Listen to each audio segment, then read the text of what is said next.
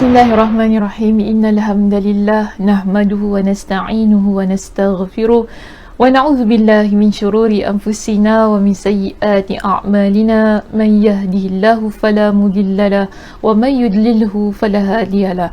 Wa asyhadu an la ilaha illallah wahdahu la syarikalah wa asyhadu anna Muhammadan 'abduhu wa rasuluh. Amma ba'd. Rabbi shrah li sadri wa yassir li amri wahlul 'uqdatam min lisani yafqahu qawli. Rabbi zidni ilma warzuqni fahma. Allahumma inna nas'aluka ilman nafi'a wa rizqan thayyiba wa amalan mutaqabbala. Assalamualaikum warahmatullahi wabarakatuh. Apa khabar jemaah kita di Masjid Asy-Syafa'ah pada pagi ini? Saya harap semua dalam keadaan yang sihat sejahtera hendaknya. Lebih-lebih lagi ketika kita Allah Subhanahu Wa Taala berikan peluang untuk bernafas dan beramal ibadah di bulan Ramadan. Alhamdulillah hari ini 1 Ramadan, kita dapat bertemu dengan bulan Ramadan, dapat beramal ibadah iaitu berpuasa di bulan Ramadan ini, yang bukan semua Allah Subhanahu Wa Taala berikan peluang dan ruang yang sebegini. Jadi bila kita dapat bertemu dengan bulan Ramadan ini, masya-Allah tabarakallah, seharusnya kita mengambil kesempatan ya untuk terus menjadi seorang muslimah yang salihah, yang beribadah kepada Allah Subhanahu Wa Taala. Dan alhamdulillah juga pada pagi ini kita akan menyambung perbincangan kitab kita. Kita dah masuk kepada hadis kita yang ke-20 pada pagi ini, dan hadis kita yang ke-20 saya kira betul-betul lah ia bertepatan ya dengan bulan Ramadan kita, yang mana membincangkan tentang kita lihat di sini, membincangkan tentang apa? Doa Lailatul Qadar yang berada di muka surat 162 kita. Jadi boleh semuanya saya minta kepada muslimah kita yang sering kali ataupun biasa ikuti kuliah kita di Masjid Asy-Syafa'ah untuk buka kitab masing-masing ya, dan lihat di muka surat 162. Di situ kita ada satu topik bertajuk Doa Lailatul Qadar, yang mana didatangkan kepada kita dengan sebuah hadis daripada Nabi sallallahu alaihi wasallam. Apakah hadisnya? Baik, kita lihat di sini. Di dalam kitabnya kita letakkan dalam bahasa Melayu dalam skrin saya di sini. Saya muatkanlah dalam bahasa Arabnya. Jadi dapat kita ikuti satu persatu dan kita dapat baca ya dalam bahasa Arabnya, kemudian nanti kita akan baca terjemahannya. Baik, hadis ini sebenarnya bermula dari sebuah pertanyaan yang diajukan oleh Aisyah radhiyallahu anha kepada Nabi sallallahu alaihi wasallam. Apakah soalannya? Baik, kita lihat ya. Di dalam hadis ini disebutkan bahawa an Aisyah annaha qalat, bahawasanya Aisyah radhiyallahu anha dia bertanya kepada Nabi, ya Rasulullah, ara'aita in waqaftu lailatul qadri ma ad'u. Jadi apakah maksudnya di situ? Baik, kita lihat ya. Daripada sudut maksudnya, dia tanya kepada Nabi, wahai Rasulullah, apa pendapatmu jika aku mendapatkan malam Lailatul Qadar? Jadi Aisyah dia tanya kepada Nabi, jika sekiranya dalam keadaan dia mengejar Lailatul Qadar di bulan Ramadan. Kebiasaannya kita tahulah ya, Lailatul Qadar ni ia sepakati berada di 10 malam terakhir dalam bulan Ramadan. Jadi Aisyah tanya kepada Nabi, dalam keadaan yang dia berusaha untuk mendapatkan Lailatul Qadar, dan jika sekiranya dia dapatkan malam Lailatul Qadar itu, apakah doa yang seharusnya dia ucapkan? Jadi Nabi sallallahu alaihi wasallam ya, Nabi kata kepada dia begini, qala taqulin Allahumma innaka afun tuhibbul afwa fa'fu anni. Jadi saya rasa kita semua tahulah ya muslimah, berkenaan dengan doa ini. Ada sesiapa yang tidak mengetahui? InsyaAllah semua yang ikuti kuliah Ustazah ya pada pagi ini tahu bahawa ini adalah doa yang biasanya kita baca, dan kebiasaannya juga daripada awal bulan Ramadan, iaitu 1 Ramadan, ramai antara kita yang dah mula membaca doa ini. Jadi daripada awal Ramadan sampailah ke nanti akhir bulan Ramadan, ramai yang akan setiap hari baca dengan doa yang Nabi SAW ajarkan kepada Aisyah ini. Sebab tu dia adalah sebuah doa yang tidak asing bagi kita, terutamanya di bulan Ramadan. Jadi doa ini Nabi ajarkan kepada Aisyah radhiyallahu anha, yang mana Nabi SAW katakan kepada dia ketika Aisyah tanya tadi kan tentang apakah doa yang seharusnya saya baca jika sekiranya saya bertemu dengan bulan Ramadan. Jadi sini Nabi SAW pun katalah kepada Aisyah, ucapkanlah Allahumma innaka afuun tuhibbul afwa fa'fu anni. Ya Allah, sesungguhnya engkau maha pemaaf, mencintai kemaafan, maka maafkanlah aku. Hadis riwayat Ibn Majah. Status hadis ini adalah sahih. Jadi yang paling penting, ya, walaupun kita sekarang ni muslimah, kita kata oh doa ni biasa saja kita baca kan, macam pelik kalau orang tak hafalnya, macam pelik kalau orang yang tak menghafalnya lah. Jika sekiranya kita biasa menghadiri solat tarawih berjamaah di masjid kan, biasa doa ini dibacakan oleh para imam di masjid untuk kita lantunkan bersama bagi mendapatkan keampunan dan kemaafan daripada Allah Subhanahu Wa Taala, yang perlu kita raih, yang perlu kita kejar lebih-lebih lagi di bulan Ramadan. Kerana apa? Nabi SAW sendiri menyatakan tentang keutamaan yang ada pada bulan Ramadan itu, iaitu Nabi kata apa? Man sama Ramadana imanan wahtisaban. Siapa yang berpuasa di bulan Ramadan dengan penuh keimanan kepada Allah, wahtisaban, dan mengharapkan pahala dari Allah Subhanahu Wa Taala, ghufira lahu ma taqaddama min dhanbi. Allah Subhanahu Wa Taala akan mengampunkan dosa-dosanya yang telah lalu. Jadi antara usaha kita ya muslimah untuk kita mendapatkan keampunan, kemaafan Allah Subhanahu Wa Taala itu tadi di bulan Ramadan ini ialah dengan membaca doa yang Nabi SAW ajarkan kepada Aisyah radhiyallahu anha itu tadi.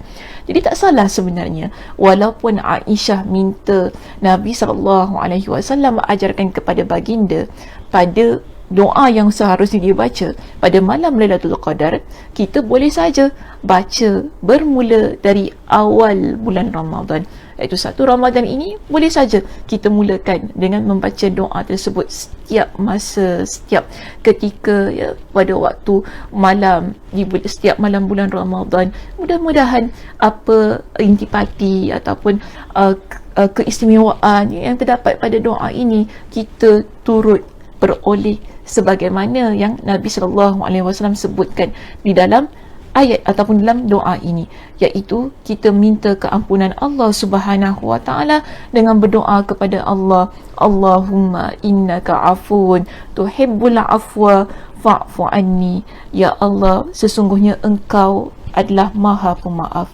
cintakan kemaafan, maka maafkanlah aku. Jadi saya harap ya mudah-mudahan dengan penerangan yang ringkas ini berkenaan dengan doa tersebut ya menjadi satu perkara yang memotivasikan diri kita untuk terus-terusan beramal di bulan Ramadan ini. Namun selain daripada doa ini yang boleh kita amalkan ketika di bulan Ramadan, ada juga beberapa zikir Nabi SAW yang lain yang Nabi ajarkan kepada sahabiat, iaitu para sahabat di kalangan wanita pada zaman Nabi SAW. Walaupun ya zikir-zikir itu bukanlah dikhususkan pada bulan Ramadan, tetapi bagi ustazah tidak ada salahnya jika sekiranya kita nak amalkan lebih-lebih lagi ketika kita berada di bulan Ramadan ini. Jadi muslimah, jika sekiranya kita merujuk di halaman yang berikutnya ataupun di muka surat yang berikutnya dalam kitab kita, ada sebuah topik yang bertajuk wirid dan wirid tasbih dan yang lainnya untuk wanita.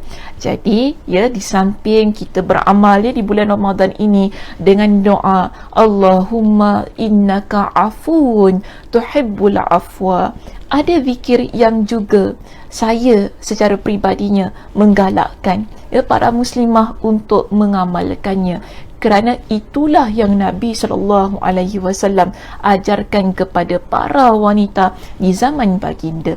Antaranya di sini adalah sebuah hadis yang diriwayatkan oleh seorang sahabiat bernama Yusairah radhiyallahu anha. Di muka surat 163 kita, ya, Nabi SAW mengajarkan sebuah zikir, ataupun sebuah zikir lah, beberapa zikir kepada Yusairah radhiyallahu anha. Ya, kalau di dalam kitab kita disebutkan dengan nama Yasirah, tapi jika sekiranya kita merujuk dalam teks bahasa Arabnya, yang lebih tepatlah, ya, kita sebut namanya sebagai Yusairah. Sebab lihat, ya, di teks bahasa Arab kita ni Yusairah, jadi dapat dibetulkan nama yang dieja ataupun terjemahan yang diletakkan dalam kitab kita, kerana dalam kitab kita ni menyebutkan namanya sebagai Yasira. Namun di sini lebih cenderunglah untuk ikut, sebagaimana dalam teks bahasa Arabnya yang menyebutkan dengan Yusairah. Jadi Yusairah ini, di dalam riwayat ini menyatakan bahawa wa kanat minal muhajirat, dia adalah wanita di kalangan wanita yang berhijrah. Kalau kita kata wanita muhajirat ni ialah wanita yang berhijrah daripada Makkah ke Madinah. Jadi ni Yusairah, dia adalah di antara wanita yang berhijrah daripada Makkah ke Madinah. Jadi dia kata, dia ceritakan begini, Yusairah cerita begini. Qalat, dia kata bahawa Nabi SAW pernah bersabda kepada para wanita, iaitu qala lana Rasulullah SAW. Dia kata apa? Nabi SAW pernah bersabda kepada kami, alaikunna bitasbih wat tahlil wat taqdis wa'qidna bil anamil fa innahunna mas'ulatun mustantaqatun wala taghfulna fatansayna rahmah. Jadi dia ceritakan begitu, Yusairah ni kan, dia cerita begitu tentang apa yang Nabi SAW ajarkan kepada para wanita. Maksudnya apa? Begini, Yusairah kata di dalam hadis ini adalah riwayat Imam At-Tirmidzi, ya, status hadisnya adalah hasan. Jadi dia kata, Nabi pernah bersabda kepada kami. Apa dia? Nabi pesan, alaikun nabi tasbih, hendaklah kalian bertasbih, wat tahlil, iaitu bertahlil, wat taqdis, dan bertakdis. Bukan itu sahaja, malah Nabi dalam hadis ini, ya, Nabi menggalakkan mereka ini untuk mengira tasbih yang mereka baca itu tadi dengan menggunakan jari jemari mereka. Hitunglah dengan jari jemari tasbih, tahlil dan takdis yang mereka baca. Ada keistimewaannya yang Nabi SAW sebutkan kepada mereka yang berusaha menghitung tasbih, tahlil dan takdis itu tadi menggunakan jari jemari. Nabi kata apa di situ? Kerana jari jemari itu kelak akan ditanya dan berbicara. Sebab itu tadi Nabi kata apa? Di dalam hadis, dalam teks bahasa Arabnya, Nabi sebutkan begini kan? Nabi kata fa innahunna mas'ulatun mustantaqatun. Sesungguhnya jari jemari ini di akhirat kelak dia akan mas'ulat. Jari jemari ini akan ditanya oleh Allah tentang apa yang kita buat ketika kita hidup. Maknanya jari jemari ini akan menjadi saksi kepada setiap amalan kita. Antaranya ialah di sini zikir kita kepada Allah. Sebab tu bila kita kira zikir kita ini menggunakan jari jemari kita, dia akan menjadi saksi untuk kita. Sebab tu tadi Nabi kata mas'ulat, ia akan ditanya. Mustantaqat, dan dia Allah berikan satu kemampuan lah, ya, di akhirat kelak untuk berbicara, bagi menyatakan apakah yang telah kita buat ataupun kita gunakan jari jemari ketika ataupun semasa hayat kita. Jadi kalau kita banyak berzikir kepada Allah dengan menggunakan jari jemari kita ni, kita hitung zikir subhanallah, subhanallah, subhanallah, ia adalah satu perbuatan yang mampu menjadi amal kebaikan yang mana jari jemari ini akan menjadi saksi dan dia akan berbicara bagi pihak kita untuk membuktikan bahawa kita telah berzikir kepada Allah dengan jari jemari itu tadi. Itu menghitung dengan jari jemari itu tadi. Dan ada lagi pesan Nabi SAW dalam hadis ini. Nabi pesan apa? Wala taghfulna watansayna rahmah. Dan janganlah kalian lalai dan sehingga kalian melupakan rahmat Allah Subhanahu wa taala. Saya baca ya muslimah sekali lagi maksud daripada hadis itu. Lihat di perenggan saya yang kedua di sini. Hendaklah kalian bertasbih, bertahlil dan bertakbis. Hitunglah dengan jari jemari. Kerana jari jemari itu kelak akan ditanya dan berbicara di hari kiamat. Dan janganlah kalian lalai sehingga kalian melupakan rahmat Allah Subhanahu wa taala. Jadi hadis ini statusnya adalah hasan, diriwayatkan oleh Imam At-Tirmizi. Persoalan saya di sini, apakah yang dimaksudkan oleh Nabi SAW dalam hadis ini dengan tasbih, tahlil dan juga takbis yang Nabi ajarkan sebagai zikir kepada para sahabat pada masa itu, dan ia diceritakan oleh Yusairah yang merupakan sahabat Nabi di kalangan wanita.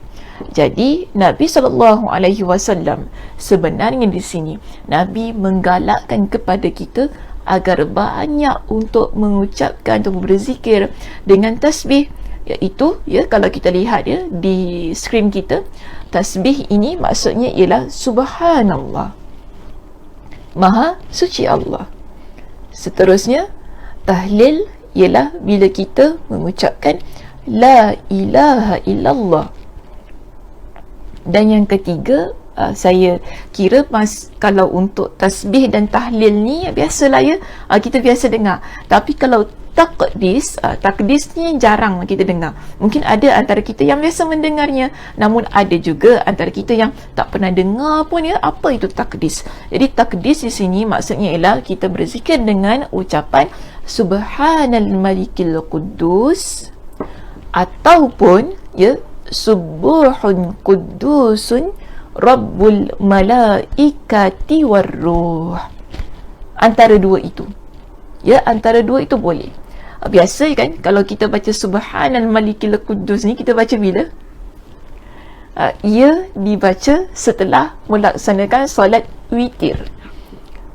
Ya, ia dibaca setelah kita melaksanakan solat witir. Sebab itulah kalau masa kita ikuti solat tarawih di masjid kan, kemudian setelah kita melaksanakan solat witir secara berjemaah bersama dengan imam, setelah itu biasa kan dilantunkan dengan zikir subhanal malikil quddus.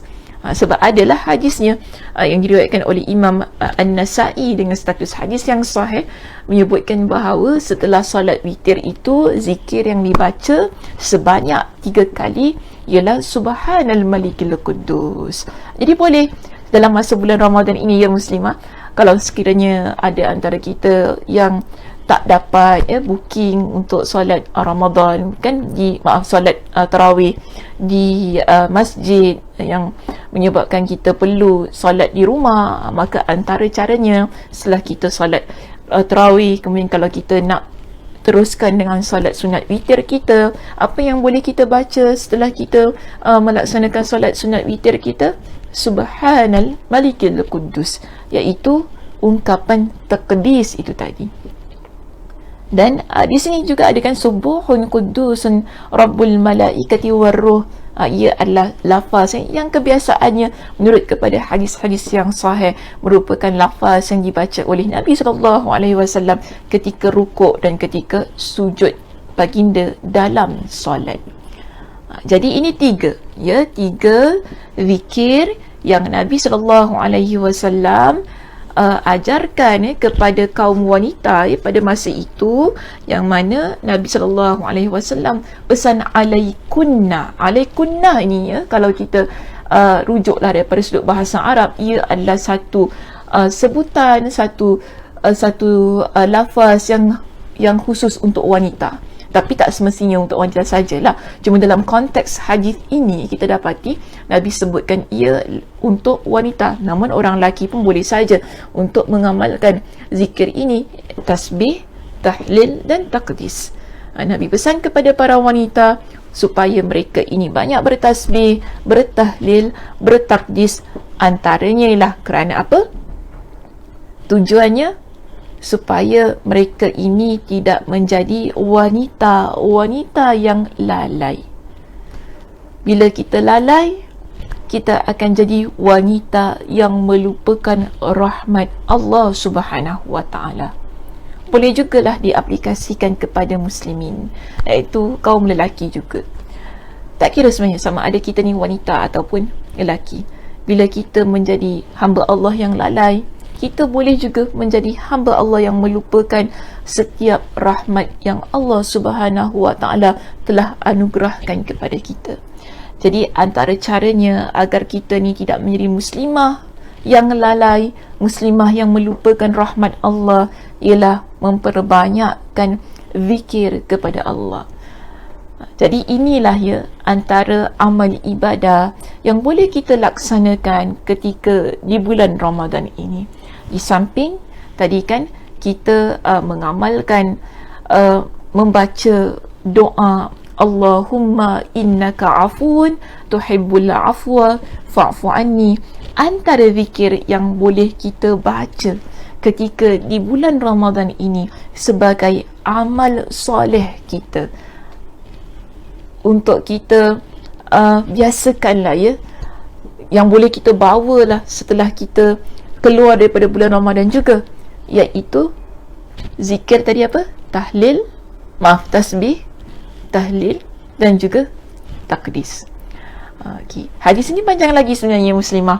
Untuk hadis kita yang ke-20 ini, jadi saya nak hentikan terlebih dahulu di sini sebelum saya nak sambunglah, sebab insya-Allah kita akan sambung untuk sesi yang akan datang. Bagi kesambungan perbincangan hadis kita yang ke-20 ini, kita akan masuk kepada hadis yang ke-21 sebagai sambungan perbincangan hadis kita yang ke-20 ini. Jadi mudah-mudahan sedikit sebanyak apa yang kita bincangkan pada pagi ini ianya dapat kita manfaatkan ketika kita ingin beramal soleh di bulan Ramadan. Jadi saya tutup kuliah kita pada pagi ini dengan tasbih kafarah. Subhanakallahumma wa bihamdika asyhadu an la ilaha illa anta astaghfiruka wa atubu ilaik. Assalamualaikum warahmatullahi wabarakatuh.